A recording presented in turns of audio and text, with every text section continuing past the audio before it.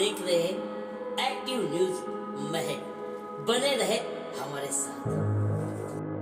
आहे नालासोपाऱ्यात 1.5 वर्षाच्या मुलाचं अपहरण करण्यात आलेलं आहे आणि 1.5 वर्षाच्या मुलाला ज्या कोणी नेलेलं आहे तर त्याच्या ओळखीचाच आहे आणि त्याच्या घरात ते त्यांचं रोजचं येणं जाणं होतं। पोलिसांनी जी माहिती दिलेली आहे की एक 1.5 वर्षाची मुलगी आहे सानवी बिदलानी असं या मुलीचं नाव आहे आणि याला जे उचलून नेलेलं आहे राजेंद्र कुमार। हा राजेंद्र कुमार आणि जो आरोपी आहे आणि सानवीचे आई वडील यांचं घरगुती रिलेशन होतं, म्हणजे रोजचं येणं जाणं होतं आणि पोलिसांनी सांगितलेलं आहे की या राजेंद्र कुमारला सानवीचा लढा होता आणि तो तिला वारंवार फिरायला घेऊन जात होता। कॅपिटल मॉल मध्ये घेऊन जायचा, वसई विरार परिसरात अनेक ठिकाणी घेऊन जायचा आणि संध्याकाळी पुन्हा या ठिकाणी तिच्या घरी आणून सोडायचा। घटनेच्या दिवशी म्हणजे 15 तारखेला संध्याकाळी जे आहे की नेहमीप्रमाणे जे आहे राजेंद्र कुमारने सानवीला हातात घेतलं आणि पुढे घेऊन गेला। आई वडिलांना वाटलं की नेहमीप्रमाणे तो संध्याकाळी घरी आणून सोडेल, परंतु आजपर्यंत मुलगी काही आली नाही।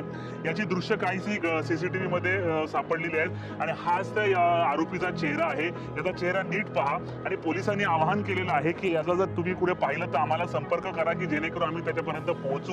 आणि हा जो राजेंद्र कुमार आहे हा मधुबन परिसरामध्ये जे आहे एका बिल्डिंग मध्ये वॉचमॅनचं काम करत असतो आणि रोजचं येणं जाणं आहे, घरगुती संबंध आहे, घरोबा आहे। असं असताना देखील त्याने या 1.5 वर्षाच्या चिमुकलीचं अपहरण केलेलं आहे। आता सध्या या 1.5 वर्षाच्या मुलीचा शोध पोलीस घेत आहेत। तिच्या घरचे आई वडील जे आहे चिंतेमध्ये आहे, आपली मुलगी आपल्याकडे कधी येणार आहे अशी चिंता त्यांना लागून राहिलेली आहे।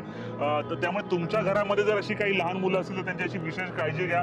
कितीही तुमच्या जवळची असेल तरी त्यांच्या घरा हातामध्ये किंवा त्यांच्या सोबत कुठेही पाहून ठेवू नका। तुम्ही या मुलीला, या चिमुकलीला जर कुठे पाहिलं आणि या आरोपीला जर कुठे पाहिलं, तुमच्या आसपास ताबडतोब पोलिसांना संपर्क करा। पोलिसांनी जाहीर आवाहन केलेलं आहे आणि पोलिसांचे 2 नंबर देखील खाली आहेत। या नंबरवर पोलिसांना संपर्क करा की जेणेकरून ही मुलगी आहे सुखरूप तिच्या आई वडिलांच्या ताब्यात जाईल आणि आरोपी जो आहे या पोलिसांच्या ताब्यात जाईल।